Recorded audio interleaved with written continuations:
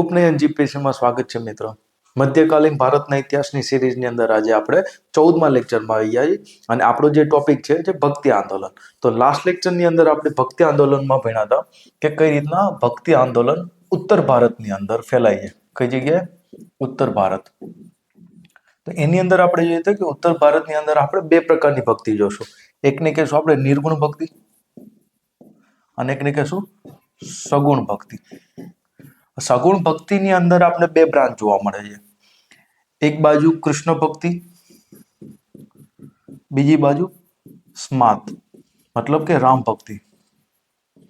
જો કે શરૂઆત રામ ભક્તિથી થઈ છે અને રામ ભક્તિ એટલે કે ભાઈ ઉત્તર ભારતની અંદર ભક્તિને ફેલાવવા વાળા કોઈ સંત હતા, એ હતા રામાનંદ.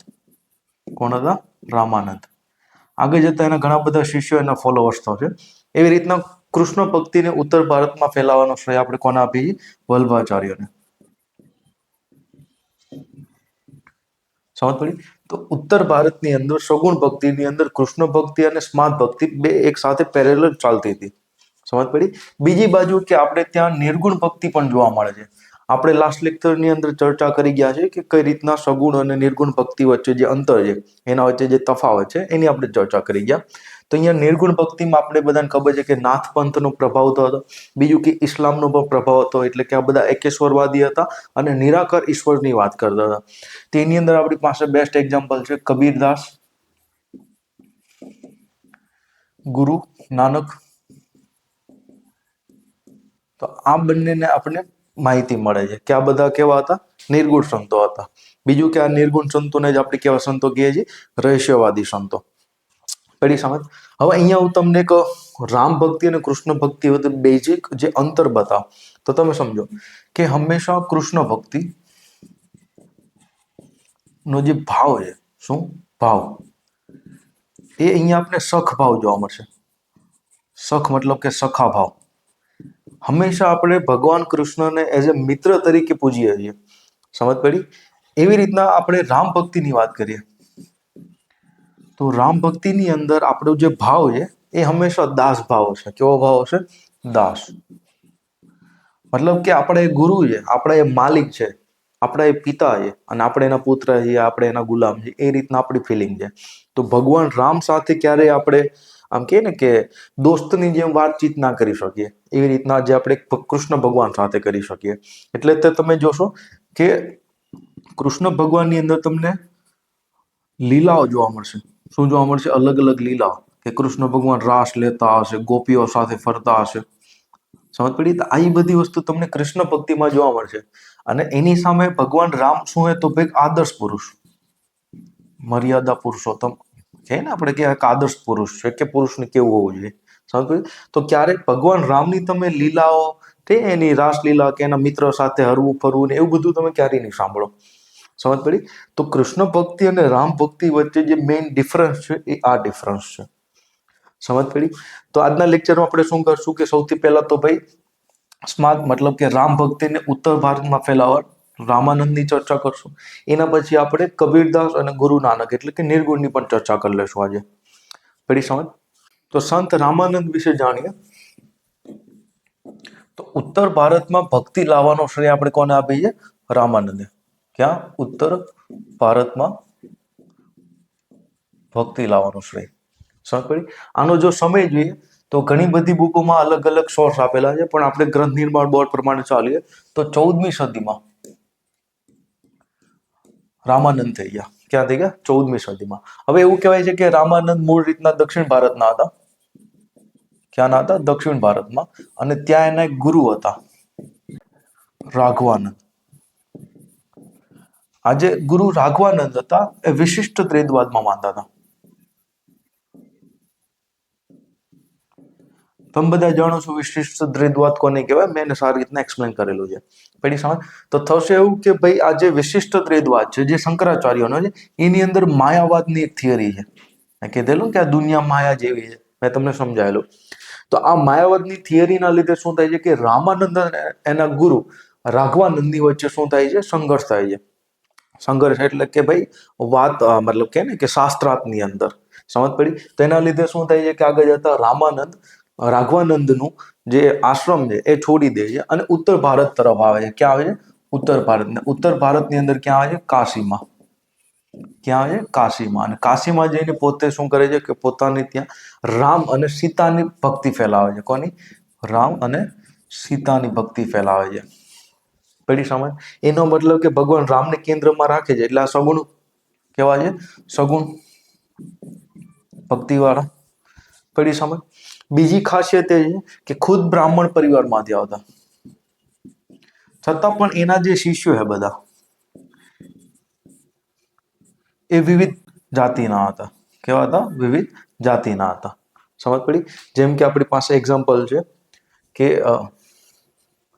રૈદાસ, એના શિષ્યમાં સૌથી મોટું નામ આવે તો કોણ? રૈદાસ, જે ચમાર જાતિના હતા. કેવા હતા? ચમાર જાતિના. પડી સમજ? રૈદાસ વિશે એવું કહેવાય છે કે ભાઈ રૈદાસને કબીરે સંતોના સંત કીધા છે. શું કીધા છે? સંતોના સંત. કોને કીધા છે? કબીરે. કોને? રૈદાસને. પડી સમજ? બીજા હે કબીર દાસ, એ વણકર જાતિમાંથી આવતા. કઈ? વણકર જાતિમાંથી આવતા. કબીર વિશે તમે બધા જાણો છો. હમણાં આપણે આગળ એના વિશે ડિટેલમાં ભણશું. પછી એક થઈ ગયા ધન્ના, કુંભાર જાતિમાંથી આવતા. પછી થઈ ગયા પીપા, જે રાજપૂત હતા. પછી થઈ ગયા એક સેના, નામ છે એવું સેના કરીને, એ નાઈ જાતિમાંથી આવતા. એનો મતલબ એ થયો કે ભાઈ જેટલા બી એના શિષ્યો હતા એ બધા કયામાંથી આવતા? અલગ અલગ જાતિઓમાંથી. મતલબ કે એમણે જાતિ ભેદનો શું કર્યો તો? સખત વિરોધ. શું કર્યો તો? સખત વિરોધ. પડે છે સમજ? હા ના? તો જાતિના બંધનોથી મુક્ત થઈને ભાઈ જે બી યોગ્ય વ્યક્તિ છે, જેને બી શિષ્ય બનવું એ બધા બની શકે. તો બધી જાતિના લોકોને આવકાર્યા હતા. પડી સમજ? એના લીધે શું થાય છે કે આ બધા જે એના શિષ્યો છે એને આપણે અવધૂત કહીએ છીએ. શું કહીએ? અવધૂત. સમજ પડી? તો જે રામાનંદના શિષ્ય છે એને શું કહેવાય છે? અવધૂત. સમજ પડી? તો કુલ મળીને એના 12 મુખ્ય શિષ્યો હતા. એની અંદર સ્ત્રીઓ પણ હતી. તો સ્ત્રીઓને પણ આવકારતા હતા. સમજ પડી? તો અહીંયા લિંગ ભેદનો પણ શું અહીંયા હતો? એક પ્રકારે વિરોધ હતો. આઈડિયા આવે છે? જાતિ ભેદની સાથે સાથે લિંગ ભેદનો પણ અહીંયા શું જોવા મળે છે? આપણે વિરોધ જોવા મળે છે. આગળ જતા શું થશે કે નામ રામાનંદના એક ફોલોઅર્સ થઈ જશે જેનું નામ હતું નાભદાસ યા તો નાભાજી. શું નામ હતું? નાભદાસ યા તો રામાજી. એ શું કરે છે કે બે રામાનંદના જેટલા બી વિચારો છે એ બધાને સંગ્રહિત કરીને ગ્રંથ બનાવે છે, જેને આપણે કહીએ છીએ ભક્તિમાલા. ભક્તમાલા યા તો ભક્તિમાલા. શું કહીએ? ભક્તમાલા. પડી સમજ? આગળ જતા શું થશે કે રામાનંદના જે એક ફોલોઅર્સ થઈ જશે, એકચ્યુઅલી એના શિષ્યો નથી પણ 16મી સદીમાં થશે, તુલસીદાસ. કોણ થશે? તુલસીદાસ. એ શું લખે છે તો ભાઈ અવધી ભાષાની અંદર. કઈ ભાષામાં? અવધી ભાષામાં રામચરિત માનસ લખે છે. શું લખે છે? રામચરિત માનસ. અને બીજું સૌથી ઇમ્પોર્ટન્ટ છે તો હનુમાન ચાલીસા. તો આ બેની રચના કરે છે કોણ? તુલસીદાસ. પડી સમજ? તો આ 16મી સદીમાં થઈ ગયા. ક્યારે થઈ ગયા? 16મી સદીની અંદર. પડી સમજ? તો ભાઈ રામાનંદના લીધે શું થાય છે કે ઉત્તર ભારતની અંદર ભક્તિનો તો ફેલાવો થાય છે. બીજું કે ભાઈ રામાનંદને પ્રથમ એવા વ્યક્તિ કહેવામાં આવે છે કે ભાઈ જે લોક ભાષાનો ઉપયોગ કરશે. ભક્તિના ફેલાવા માટે શેનો ઉપયોગ કરશે? લોક ભાષાનો. પડી સમજ? આઈડિયા? તો રામાનંદ એક ફેમસ વ્યક્તિ થઈ ગયા, સંત થઈ ગયા કે જેને ઉત્તર ભારતની અંદર શું કર્યું છે? ભક્તિનો પ્રચાર કર્યો હતો. પડી સમજ?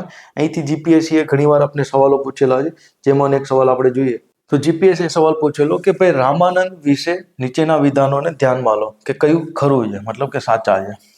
સમજ પડી?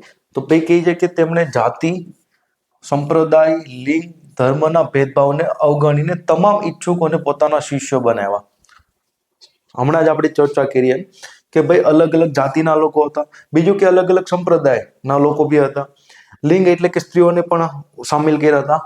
ધર્મ એટલે કે કબીર, જાણો છો કે કબીર ના તો હિન્દુ હતા ના તો મુસ્લિમ હતા, તો બધા લોકોને સામેલ કર્યા હતા પોતાના શિષ્ય તરીકે. એટલે પેલું સ્ટેટમેન્ટ કેવું થઈ જાય છે? સાચું થઈ જાય છે. બીજું કે તેમના પદો અને ગુરુ ગ્રંથ સાહિબ અભિન્ન છે. મતલબ કે આગળ જતા હું તમને સમજાવીશ કે ગુરુ ગ્રંથ સાહિબની અંદર ઘણા બધા સંતોના જે પદો છે એ લખવામાં આવ્યા છે ગુરુ ગ્રંથ સાહિબની અંદર. તો એમાં રામાનંદનો પણ જે પદો હતા એનો સમાવેશ કરવામાં આવ્યો છે ક્યાં? ગુરુ ગ્રંથ સાહિબની અંદર. સમજ પડી? તો આ સ્ટેટમેન્ટ પણ કેવું છે? સાચું છે. ત્રીજું શું કહે છે કે ભાઈ રામાનંદ મુઘલ બાદશાહ અકબરના સમકાલીન હતા. હવે તમે અકબરનો કાર્યકાળ તમે જોશો ને તો 1556 થી લઈને 1606 સુધી છે. અને આપણે હમણાં ચર્ચા કરી એમ કે ભાઈ રામાનંદ 14મી સદીમાં થઈ ગયા, અને એ પણ ક્યારે? પૂર્વાર્ધમાં, 14મી સદીના પૂર્વાર્ધમાં. સમજ પડી? તો ભાઈ મુઘલ બાદશાહ કરતા ઘણા આગળ હતા અકબર કરતા. તો આ સ્ટેટમેન્ટ કેવું છે? અહીંયા ખોટું છે. સમજ પડી? બીજું એ કે ભાઈ રામાનુજાચાર્ય તેમના ગુરુ હતા. આ સ્ટેટમેન્ટ બિલકુલ ખોટું છે, કારણ કે રામાનુજાચાર્ય 12મી સદીમાં થઈ ગયા અને રામાનંદ ક્યારે થઈ ગયા? 14મી સદીમાં. અને એકચ્યુઅલી એના ગુરુ કોણ હતા? તો રાઘવાનંદ. કોણ હતા એના ગુરુ? રાઘવાનંદ.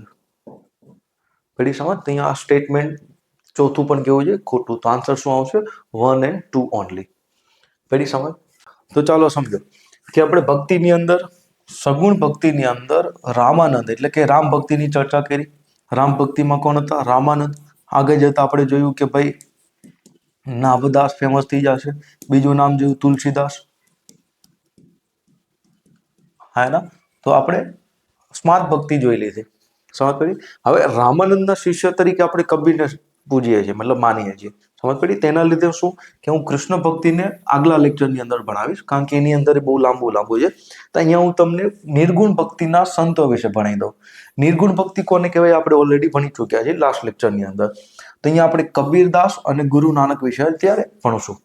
તો કબીર વિશે આપણે સમજવાનો પ્રયત્ન કરી. તો કબીરનો જે કાર્યકાળ છે એની ઉપર ઘણી બધી ડિસ્પ્યુટ ચાલે છે. ઘણા બધા વિદ્વાનોનો ઘણો બધો મત છે, પણ આપણે ગ્રંથ નિર્માણ પ્રમાણે ચાલીએ તો એનો જન્મ થયો તો 1398માં અને જીવાતા ક્યાં સુધી? તો 1518 સુધી. એટલે કે અરાઉન્ડ તમે સમજો 120 વર્ષ જીવાતા.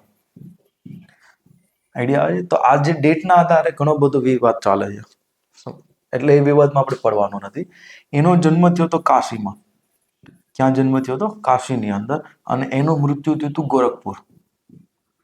બંને યુપીમાં આવેલા છે. સમજ પડી? હવે કહેવાય છે એવું તે અલગ અલગ સ્ટોરીના આધારે કે ભાઈ કબીરનો જન્મ એકચ્યુઅલી હિન્દુ પરિવારમાં થયો હતો, પણ એની માતા એને ત્યાગ કરી દીધો હતો. અને આગળ જતા શું થશે કે એક મુસ્લિમ પરિવાર કે જે વણકર પરિવાર હતો, કેવો વણકર પરિવાર મુસ્લિમ, એ એને સાચવે છે, કારણ કે એને કોઈ સંતાન નહોતું અને એને મોટા કરે છે. પડી સમજ? હવે જેવા મોટા થાય છે તો એના જે વિચારો હતા, જે વિશ્વાસ, માન્યતા, એ હિન્દુ જેવી હતી. અને એનું રહેન સહેન એ બધું મુસ્લિમ જેવું હતું, કારણ કે મુસ્લિમ પરિવારમાંથી આવતા. પડી સમજ? તો એની અંદર હિન્દુ અને મુસ્લિમ બંનેનું સમન્વય જોવા મળે છે. શું જોવા મળે છે? હિન્દુ મુસ્લિમનું સમન્વય. પડે છે સમજ? નાનપણથી એની જિજ્ઞાસા હતી અલગ અલગ ફિલોસોફી, મતલબ કે ધર્મને જાણવાની, ઈશ્વરને જાણવાની. તો ભણવામાં એને ક્યારે રુચિ હતી ને. અને બીજું કે ગરીબ પરિવારમાંથી આવતા એટલે અમે ભણવામાં વધુ ધ્યાન દીધું નહોતું. તો આગળ જતા શું થાય છે કે એ પોતાના ગુરુને મળે છે, જેનું નામ હતું શું? રામાનંદ. અને રામાનંદના પ્રભાવથી આવીને સમજો તમે કે રામાનંદ એક હતા સગુણ ભક્તિ વાળા, ભગવાન રામને માનતા. પણ કબીરદાસનું માનવું હતું કે ભાઈ રામ અને રહીમ બંને શું છે? એક જ છે. રામ અને રહીમ બંને એક જ છે. સમજ પડી? બીજું કે નિર્ગુણની વાત કરતા. શેની વાત કરતા? નિર્ગુણની, કે એક જ ઈશ્વર છે, મતલબ એકેશ્વરવાદની વાત કરતા. સમજ પડી? બીજું જ્ઞાન માર્ગી હતા. કેવા હતા? જ્ઞાન માર્ગી. મેં તમને સ્ટાર્ટિંગમાં ફર્સ્ટ ભક્તિ લેક્ચર હતો ત્યારે કરાવેલો કે ભગવાનને પ્રાપ્ત કરવાના અલગ અલગ ઘણા રસ્તા છે, ભક્તિ માર્ગ, જ્ઞાન માર્ગ, કર્મ માર્ગ ને બધું. તો આ કેવા હતા? જ્ઞાન માર્ગી, કે જ્ઞાન દ્વારા એટલે કે તમે તર્ક દ્વારા જે અંધશ્રદ્ધા છે, જે કુરિવાજો છે, એને દૂર કરી શકો. કેના દ્વારા? તર્ક દ્વારા. અને તર્ક ક્યારે આવે? જ્યારે તમારી અંદર શું આવે? જ્ઞાન આવે. પડી સમજ? તો કબીર કેવા હતા? રામ રહીમ ને એક કહેવા વાળા, મતલબ કે એકેશ્વરવાદની વાત કરતા હતા, નિર્ગુણ ભક્તિની વાત કરતા હતા, જ્ઞાન માર્ગી હતા. ઓબ્વિયસલી નિર્ગુણ ભક્તિ વાળા છે એટલે આપણે એને શું કહીએ છીએ? રહસ્યવાદી સંત. કેવા સંત કહીએ છીએ આપણે એને? રહસ્યવાદી સંત. પેલી સમજ? તો અહીંયા તર્કની, રહસ્યવાદની ને એની બધી વાત કરે છે. મતલબ કે એણે મૂર્તિ પૂજા, જાતિ પ્રથા, અંધશ્રદ્ધા, કર્મકાંડ, આ બધાનો શું કરે છે? સખત પ્રાણે વિરોધ કરે છે. સમજો, શું કરે છે? વિરોધ કરે છે. અને હિન્દુ મુસ્લિમ એકતાની વાત કરે છે કે ભાઈ વિશ્વનું કલ્યાણ ત્યારે છે કે જ્યારે બધા એક થઈને રહે. કારણ કે બધાના ઈશ્વર ભગવાન તો એક જ છે. તમે એને રામ કહો છો, ઘણા એને શું કહે છે? રહીમ કહે છે. તો બધાના ઈશ્વર તો કેવા છે? એક જ છે. બધી સમજ? એટલે વિશ્વ બંધુત્વની વાત કરે છે. કેની વાત કરે? વિશ્વ બંધુત્વ. કે ભાઈ બધાએ સાથે રહેવું જોઈએ, ભાઈની જેમ રહેવું જોઈએ. બધાએ પોતાની અંદર વિનય રાખવો જોઈએ, સંયમ રાખવો જોઈએ અને પ્રેમથી કામ કરવું જોઈએ. આઈડિયા આવે છે? તો આ ત્રણ વસ્તુ ઉપર ભાર આપે છે. કોણ? કબીરદાસ. તો આ બધી વસ્તુ એના જે દોહા કે એના જે કે ને કે પદો છે એની અંદર આપણે જોવા મળે છે. ખાલી બોલતા જ નથી, કારણ એના પદોની અંદર પણ આ બધી વસ્તુ આપણે જોવા મળે છે. પડી સમજ? તે કહે છે કે ભાઈ મનને કાબા બનાવો. મનને કાબા. કાબા એટલે કે જે મુસ્લિમ લોકો જે એક જે મક્કાની અંદર એક પથ્થર જે કાળો એને પૂજે છે એને કહેવાય કાબા. તો શું કહે છે કે મનને કાબા બનાવો, શરીરને મંદિર બનાવો અને જ્ઞાનને ગુરુ બનાવો.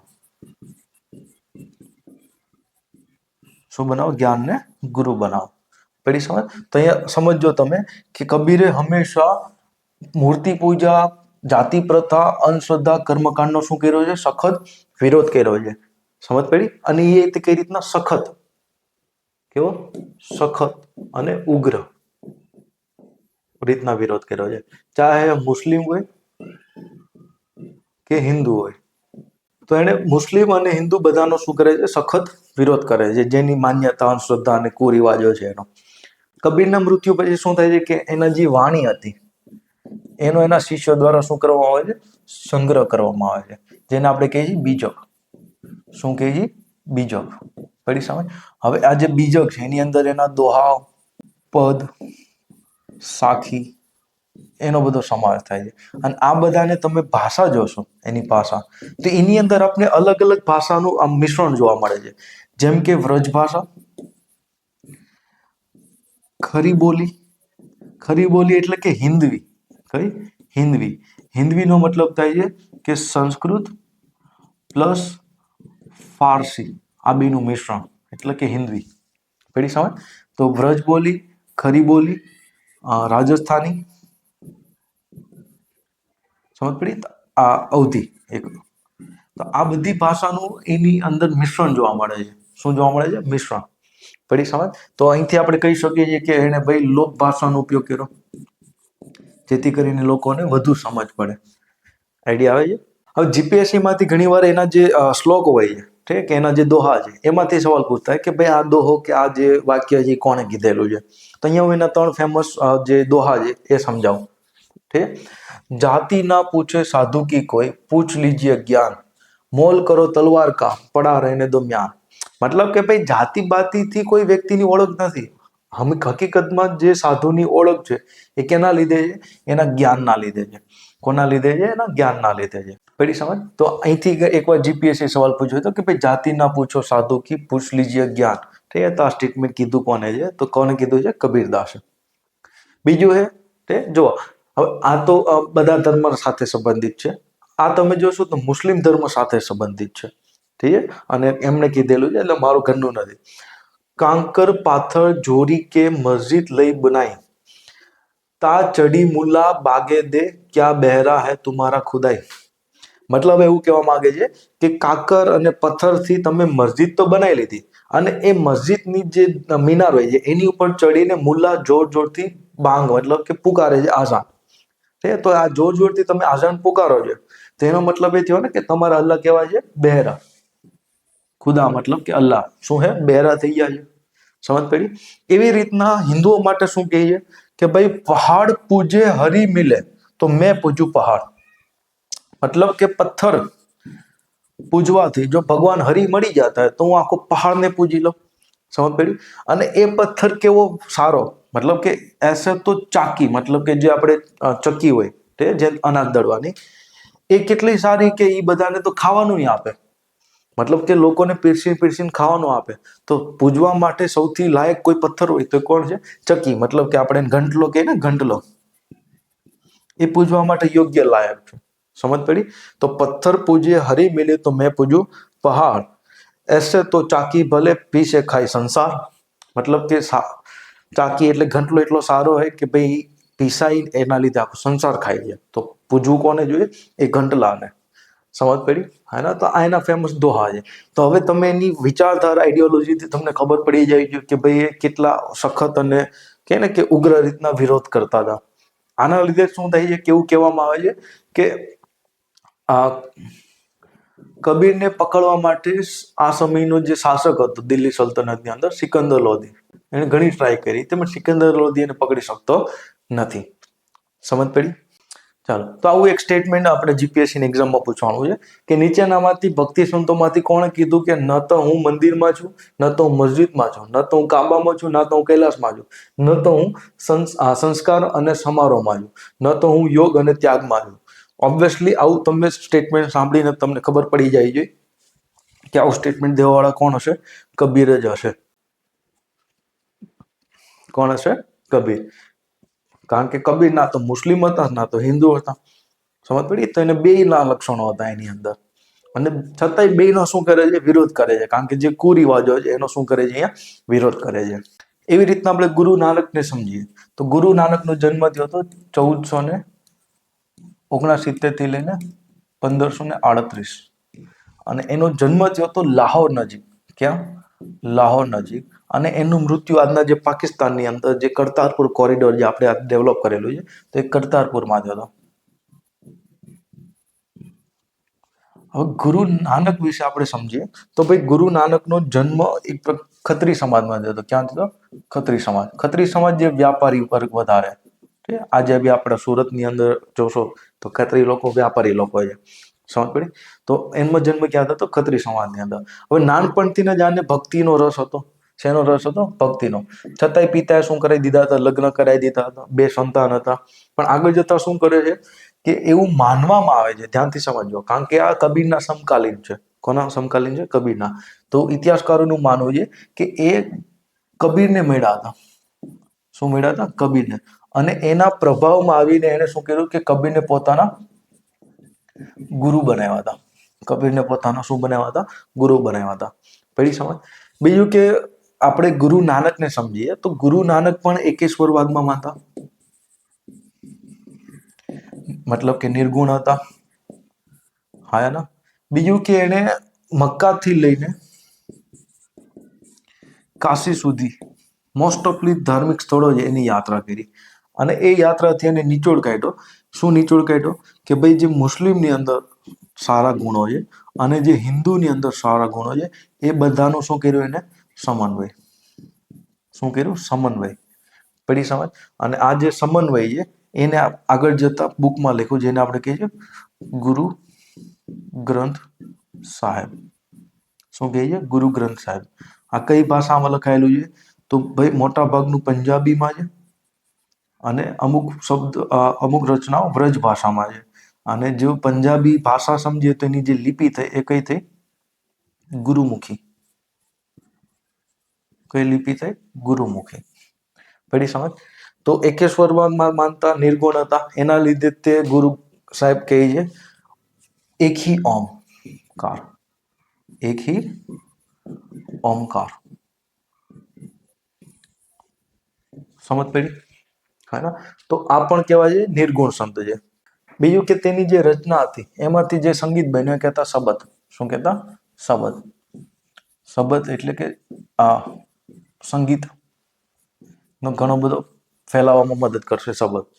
આગળ જતા આપણે જોશું કે ભાઈ આના જે શિષ્ય હતા એ ગુરુ નાનકને માનવા મળ્યા. એના લીધે આ શિષ્યમાંથી શબ્દ આવ્યો શીખ.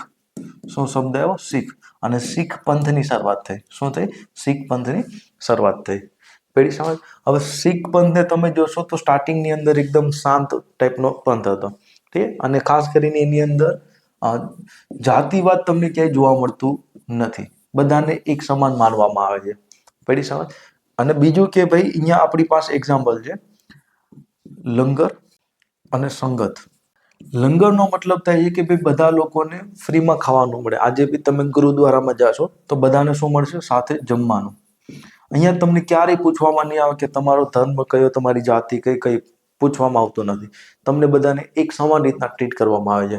અને સંગત એટલે શું થાય કે બધા લોકો સાથે મળીને જે ભજન કીર્તન કરે, ઠીક. તો એને શું કહેવાય? સંગત. તો આ બે વસ્તુના લીધે શું થયું કે બધા લોકોની વચ્ચે શું આવે? એકતા, યુનિટી આવે. સમજ પડી? તો આ જે શીખ પંથ હતો એ સ્ટાર્ટિંગની અંદર તમે જોશો તો એકદમ શાંત હતો અને ભક્તિ ઉપર વધારે ફોકસ હતો. આઈડિયા આવે છે? પણ આગળ જતા શું થાય છે કે ગુરુ નાનક પછી અલગ અલગ જે ગુરુઓ થઈ ગયા, એમાંના એક ગુરુ થઈ ગયા અર્જુનદેવ. અર્જુનદેવ યા અર્જુનદેવ, ઠીક છે. શું થાય છે તો અર્જુનદેવ જે હતા ગુરુ, એની હત્યા કરાવી નાખે છે કોણ? જહાંગીર. કોણ હત્યા કરાવે છે? જહાંગીર. આગળ જતા એક ગુરુ ઓર થઈ જાય છે તેજ બહાદુર. તો મુઘલો દ્વારા એની પણ શું કરી નાખવામાં આવે છે? હત્યા. તો આ જે મુઘલોના જે અત્યાચારો હતા શીખ ધર્મ ઉપર, એના વિરુદ્ધ શું થાય છે કે શીખ લોકો બધા એક થઈ જાય અને તલવાર ઉઠાવે છે. તો જે શાંતિપ્રિય જે કોમ હતી, મતલબ કે જે શીખ પંથ હતો, એ ધીરે ધીરે શું થાય છે કે યોદ્ધા વર્ગ તરફ ચાલ્યો જાય છે અને યોદ્ધા વર્ગ બને છે, મતલબ કે લડવૈયા બને છે, પડી સમજ. અને આગળ જતા શું થશે કે આ લોકો જે નારો આપશે કે ભાઈ વાહેગુરુ કી ફતેહ, વાહેગુરુ કા ખાલસા. ખાલસા એટલે એક પ્રકારે સમજો ને કે સેના તૈયાર કરવી, એક ગ્રુપ બનાવવું, પડી સમજ. તો વાહેગુરુ કી ફતેહ, વાહેગુરુ કા ખાલસા કરીને આ લોકો શું કરે છે? બધા એક થાય છે અને ઉત્તર ભારતમાંથી મુઘલોને સામે પ્રચંડ ફટકાર આપે છે, મતલબ કે એની સામે લડે છે. અને આગળ જતા શું થશે કે 1764 ની અંદર આ જે શીખ લોકો હતા, અલગ અલગ સરદારો, એ બધા ભેગા થશે અમૃતસરમાં, ત્યાં મંદિરની અંદર, અને શું કરે છે? શીખ રાજ્યની નાના એવા શીખ રાજ્યની સ્થાપના કરે છે. પણ આગળ જતા રણજીત સિંહ એક બહુ મોટું શીખ સામ્રાજ્ય બનાવશે, પડી સમજ. તો શાંતિપ્રિય જે કોમ હતી, મતલબ કે આ લોકો મુઘલોની સામે અત્યાચારથી શું કરે છે કે યોદ્ધા વર્ગ બની તૈયાર થાય છે અને આ લોકો લડે છે, સમજ પડી. તો ગુરુ નાનક અને કબીરના સમકાલીન હતા, બંને એક સાથે સમયમાં હતા.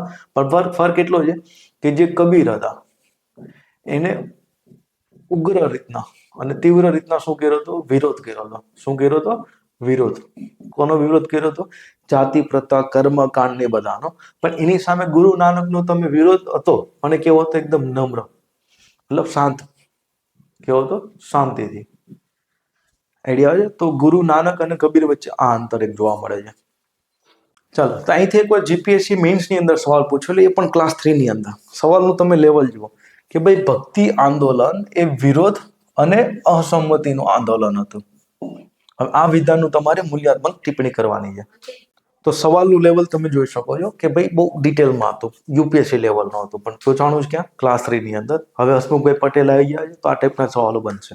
ધ્યાનથી સમજો કે ભાઈ ભક્તિ આંદોલન એ વિરોધ અને અસંમતિનું આંદોલન હતું. અહીંયા તમારે શું કરવાનું છે? મૂલ્યાત્મક ટિપ્પણી. મૂલ્યાત્મક ટિપ્પણી મતલબ કે અહીંયા તમારે મૂલ્ય મેળવવાનું છે. મતલબ કે આ જે સ્ટેટમેન્ટ છે તમને શું લાગે છે? આ સાચું છે કે ખોટું છે? જો સાચું હોય તો એના પક્ષમાં જવાબ આપો, ખોટું હોય તો એના વિરોધમાં જવાબ આપો, પડી સમજ. તો હવે આપણે ભણી ગયા એમ કે ભાઈ ભક્તિ આંદોલન વિરોધ તો હતો અને અસંમતિ હતી. કોની સામે? તો તમે બધા જાણો છો, જાતિ પ્રથા, કર્મકાંડ, લિંગ ભેદ, મૂર્તિ પૂજા, આ બધાની સામે શું હતો? વિરોધ હતો.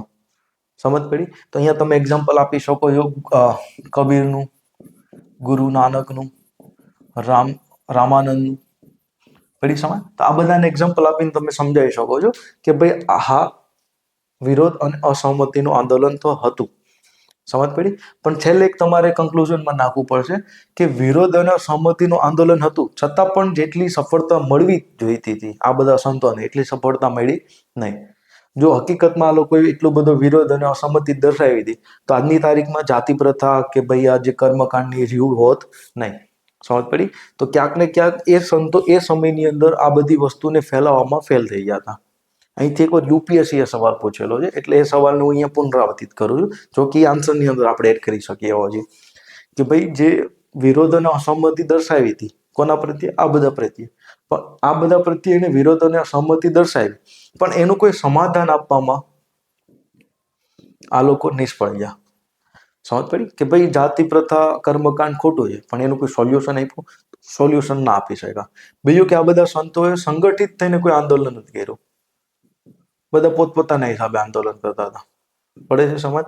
તો આંદોલન ક્યાંક ને ક્યાંક અહીંયા શું હતું કે ભાઈ વિરોધ અને અસંમતિનું હતું, પણ આ જે સંતો હતા એ સમાધાન અને સંગઠનમાં શું થઈ ગયા હતા? ફેલ થઈ ગયા હતા. પડી સમજ? તો આન્સર કઈ રીતના લખશો? તો સૌથી પહેલા તો તમે લખશો કે ભાઈ ભક્તિ આંદોલન કે જે ઉત્તર ભારતમાં પ્રચલિત થયું હતું, ઠીક, અને ત્યાંના અમુક એવા સંતો થઈ ગયા, કબીર, ગુરુ નાનક ને રામદેવ, કે જેણે જાતિ પ્રથા, કર્મકાંડ, લિંગભેદ, મૂર્તિ પૂજા આ બધી વસ્તુ પ્રત્યે શું કર્યો હતો? વિરોધ અને અસહમતિ દર્શાવી હતી. અને પોતે બધા એકેશ્વરવાદ, નિર્ગુણ, આ બધાની વાત કરતા હતા. સમજ પડી? નિર્ગુણ ભક્તિની, એકેશ્વરવાદની વાત કરતા હતા. તો આ રીતના સવાલ બનશે, જો કે 150 શબ્દોમાં લખવાનું છે, તો આરામથી હવે તમે આ લખી શકો છો. પડી સમજ? જો ક્યારેક ગોખવાનો પ્રયત્ન કરશો ભક્તિ આંદોલન કે ભાઈ ફલાણા સંત થઈ ગયા, ફલાણા સંતનો જન્મ ક્યાં થયો, ફલાણા સંતનું મૃત્યુ ક્યાં થયું, તો આ ટાઈપના સવાલો તમે ક્યારેય કરી શકશો નહીં. તો હંમેશા ગોખવા કરતા એને સમજવાનો પ્રયત્ન કરો. તો આજના લેક્ચરમાં આપણે અહીંયા સુધી રાખશું. નેક્સ્ટ લેક્ચરની અંદર આપણે કૃષ્ણ ભક્તિ વિશે ડિટેલની અંદર ચર્ચા કરશું. પડી સમજ? તો ત્યાં સુધી જય હિન્દ.